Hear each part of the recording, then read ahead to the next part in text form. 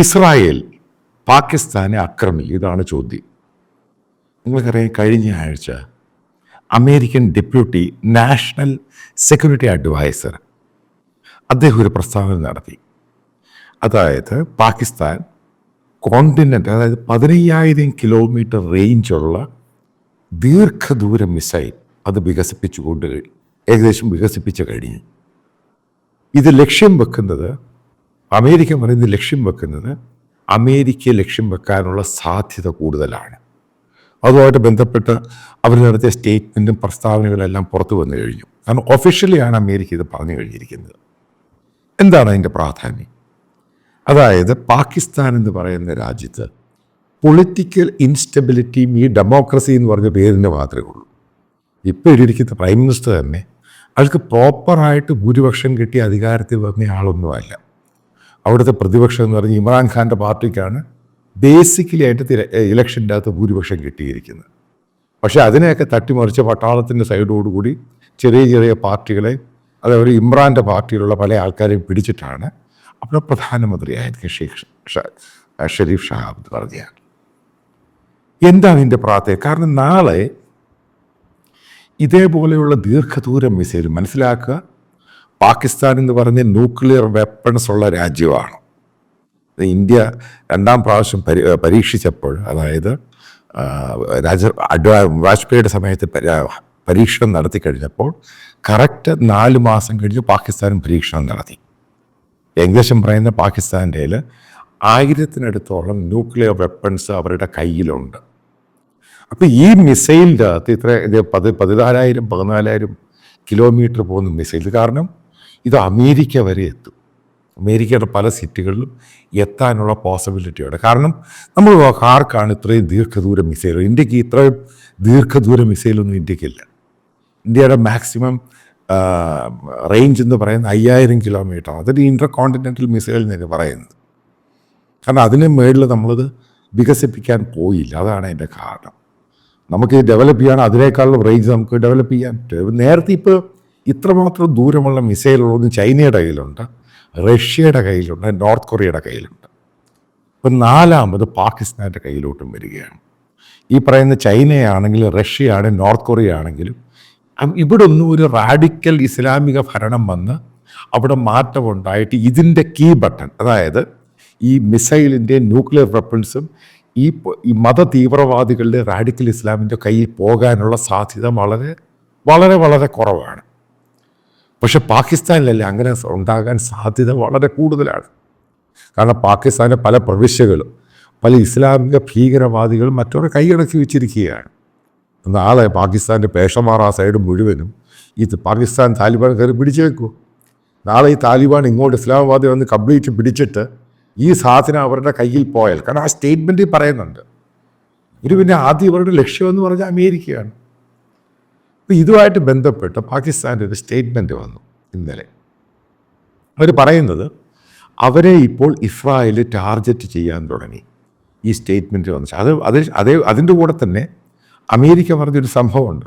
അതായത് പാകിസ്ഥാൻ ഇത് തുടരുകയാണെങ്കിൽ അവർക്കെതിരെ ഏറ്റവും ശക്തമായ സാങ്ഷൻ അമേരിക്ക ഏർപ്പെടുത്തും.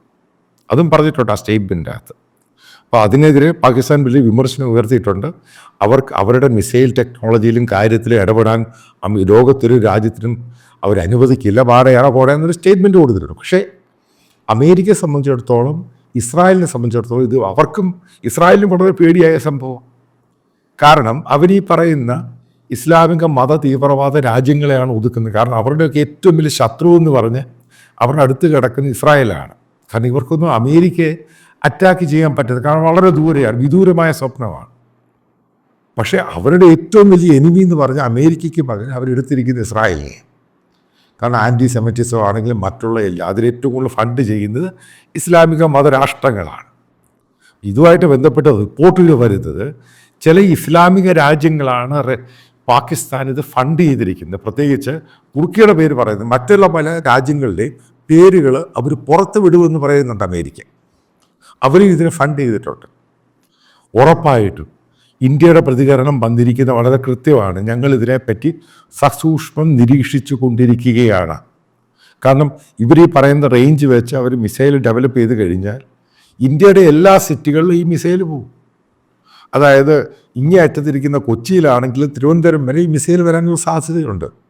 ഇതിനകത്ത് ഈ ന്യൂക്ലിയർ വെപ്പൺസ് കൂടെ കയറ്റിവിട്ട സ്ഥിതി ആലോചിച്ച് നോക്കുക, എവിടുന്ന് എവിടെ ചെന്നേക്കും.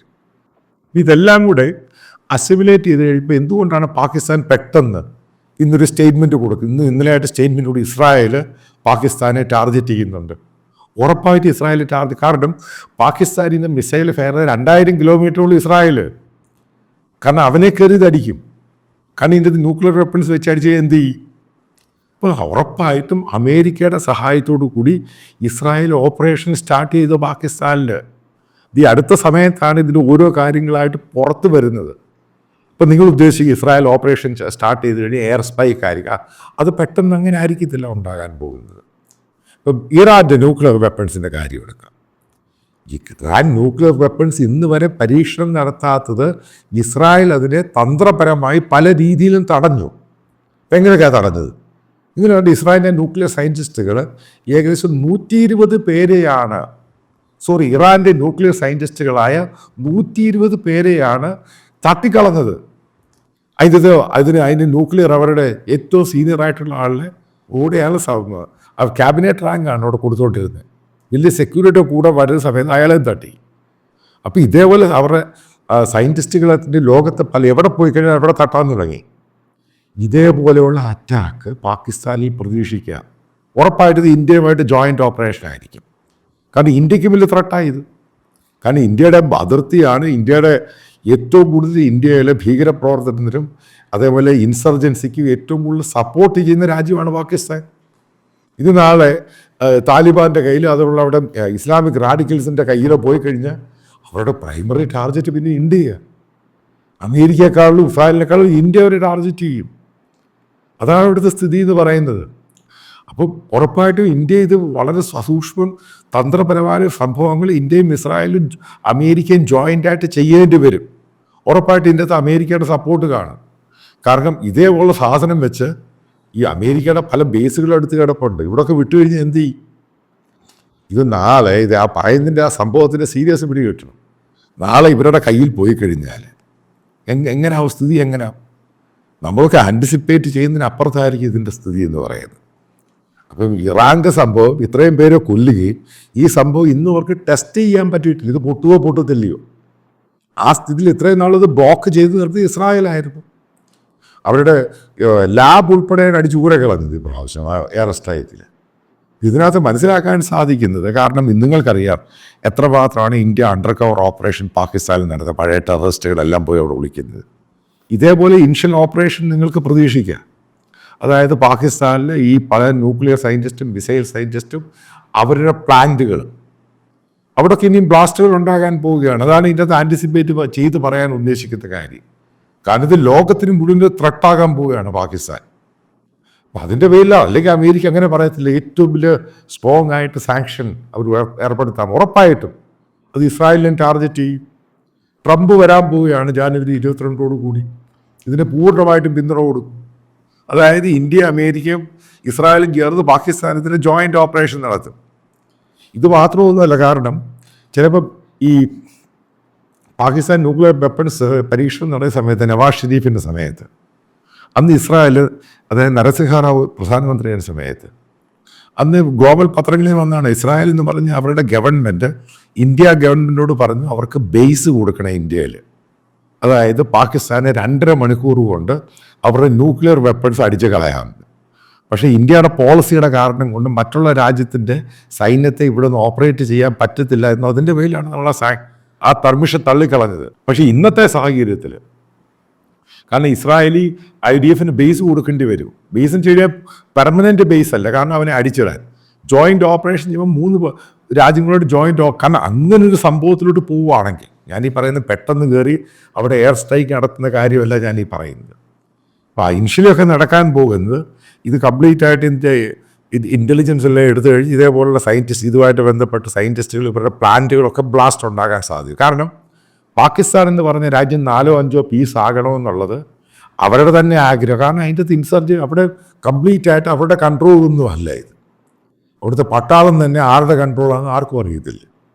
അപ്പം അങ്ങനെയുള്ള രാജ്യത്ത്, അതായത് ഇന്ത്യയുടെ അതിർത്തിയായിട്ട് ചേർന്ന് കിടക്കുന്ന രാജ്യത്ത് ലോകത്തിൽ ഏറ്റവും കൂടുതൽ ടെററിസ്റ്റുകളെ ഉൽപ്പാദിപ്പിച്ച രാജ്യമാണ് പാകിസ്ഥാൻ. അതാണ് കേരളത്തിലെ പല സുഡാപ്പികൾക്കും ഭയങ്കര താല്പര്യ സ്നേഹം പാകിസ്ഥാൻ. ലോകത്തിൽ ഏതൊക്കെ ടെറർ അറ്റാക്ക് നടന്നത് അതിൻ്റെയൊക്കെ ബേസ് ഊട്ടുപോയിരിക്കുന്ന പാകിസ്ഥാനെ. അപ്പം അങ്ങനെ ഒരു രാജ്യം ഇന്ത്യയിൽ നിന്ന് വിട്ടുപോയ എത്രയോ ഭാഗ്യമെന്ന് നമ്മൾ ഉദ്ദേശിക്കാം. അപ്പം അങ്ങനെയുള്ള രാജ്യത്ത് ഇങ്ങനൊരു സംഭവം വന്നു കഴിഞ്ഞാൽ ഉറപ്പായിട്ടും അത് ഇസ്രായേലിന് ഡയറക്റ്റ് ത്രെട്ടാണ്. കാരണം ഇറാൻ കഴിഞ്ഞു, അടുത്ത രാജ്യം പാകിസ്ഥാൻ നേരിട്ട് ഇസ്രായേലിനെ അറ്റാക്ക് ചെയ്യാൻ വേണ്ടി ഇത് ഉപയോഗിക്കാം. കാരണം ബെഞ്ചമിൻ നെതന്യാഹുവിനെ എക്സ്ട്രീമിസ്റ്റ്, തീവ്രവാദി എന്ന് പറഞ്ഞ ഒരു രാജ്യമാണ് പാകിസ്ഥാൻ.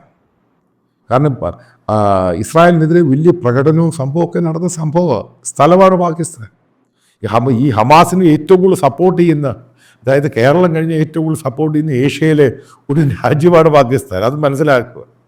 കേരളം രാജ്യമല്ല, കേരളത്തിൻ്റെ റീജിയൻ, ഇവിടുത്തെ കമ്മ്യൂണിറ്റി, ഒരു പ്രത്യേക കമ്മ്യൂണിറ്റി. അപ്പം അങ്ങനൊരു പൊട്ടൻഷ്യൽ ത്രെട്ട് ഉണ്ടാകുന്നുണ്ടെങ്കിൽ ഉറപ്പായിട്ടും അത് പല രാജ്യങ്ങൾക്കും അത് ആ കടമ്പ കടന്നേ മതിയാവും, സർവൈവ് ചെയ്തേ മതിയാവത്തുള്ളൂ. കാരണം അതിനെതിരെ ഏത് രീതിയിലുള്ള ആക്ഷൻ എടുക്കാൻ പോകുന്നത് ഉറപ്പായിട്ടും അമേരിക്കയുടെ, ഇസ്രായേലിൻ്റെ, ഇന്ത്യയുടെ ജോയിൻ്റ് ഓപ്പറേഷൻ ആയിരിക്കും പാകിസ്ഥാനിൽ നടക്കാൻ പോകുന്നത്. മനസ്സിലാക്കുക, ഈ രാജ്യത്ത് ആഹാരം കഴിക്കാൻ ആഹാരം പോലും ഇല്ലാത്തൊരു രാജ്യമായി മാറി പാകിസ്ഥാൻ. അതിനിടയ്ക്ക് പല ഇസ്ലാമിക രാജ്യങ്ങൾ സപ്പോർട്ട് ചെയ്ത് അവരെ കൊണ്ട് ഇതേപോലെയുള്ള ലോങ് റേഞ്ച് മിസൈൽ പണം കൊടുത്ത് ഉണ്ടാക്കിയേക്കുകയാണ്. ഈ രാജ്യം ഇപ്പം ഇവരുടെ മനസ്ഥിതി ഒന്ന് ആലോചിച്ച് നോക്കി, ഏത് രീതിയിലാണ്, ഏതിലുള്ള ഹ്യൂമൻ നേച്ചറാണ് ഇവർക്കുള്ളത്. അതായത് മാനവരാശിയെ നശിപ്പിക്കുക. അതാണ് ഈ ബേസിക്കലി ഈ മതവുമായിട്ട് ബന്ധപ്പെട്ട് ആൾക്കാർ ചിന്തിക്കുന്നത്. അതുകൊണ്ടാണ് മറ്റുള്ള രാജ്യങ്ങൾക്ക് ഒരു പൊട്ടൻഷ്യൽ ത്രെട്ടായിരിക്കുന്നത്. ഏതായാലും ട്രംപ് വന്ന ശേഷം ഇതിൻ്റെ രണ്ടിലൊന്ന് തീരുമാനം ഉണ്ടാകും. ഇന്ത്യയുടെ റോളും ഇതുമായിട്ട് വളരെ നിർണായകമായിരിക്കും. ഇത് നമുക്ക് കാത്തിരുന്ന് കാണാം എന്താണ് ഉണ്ടാകാൻ പോകും. ചിലപ്പോൾ പാകിസ്ഥാൻ ഇത് കംപ്ലീറ്റ് മിസൈൽ പ്രോഗ്രാം ഡംപ് ചെയ്യാനുള്ള സാധ്യതയുണ്ട് പേടിച്ചിട്ട്. കാരണം ഈ 3 രാജ്യങ്ങളും ചേർത്ത് കഴിഞ്ഞാൽ പാകിസ്ഥാൻ ഇല്ലാതായി പോകുമെന്നറിയാം. കാരണം സാങ്ഷൻ എന്ന് പറയുന്നത് ഭയങ്കര സാങ്ഷൻ ആയിരിക്കും അമേരിക്ക ഏർപ്പെടുത്തുമ്പോൾ. കാരണം അവൻ്റെ വെപ്പൺസ് മുഴുവനും അമേരിക്കയുടെ വെപ്പൺസ്. ചൈന ഒരു പരിധിക്ക് കൂടുതൽ ചൈനയെ വിശ്വസിക്കാൻ പറ്റത്തില്ല. അത് ലോകത്ത് കിടക്കുന്ന ജിയോ പൊളിറ്റിക്സുമായിട്ട് ബന്ധപ്പെട്ട്, സ്ട്രാറ്റജിക് കോൺഫ്ലിക്റ്റുമായിട്ട് ബന്ധപ്പെട്ട് ചൈനയുടെ സ്റ്റാൻഡ് വളരെ ക്ലിയറാണ്. അവ കച്ചവടക്കാരനാണ്.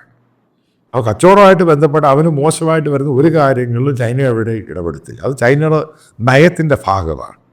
അപ്പോൾ ചൈനയല്ലേ അപ്പം ഇവിടുത്തെ ഇഷ്യൂകൾ പാകിസ്ഥാനായിട്ട് മാറുകയാണ്.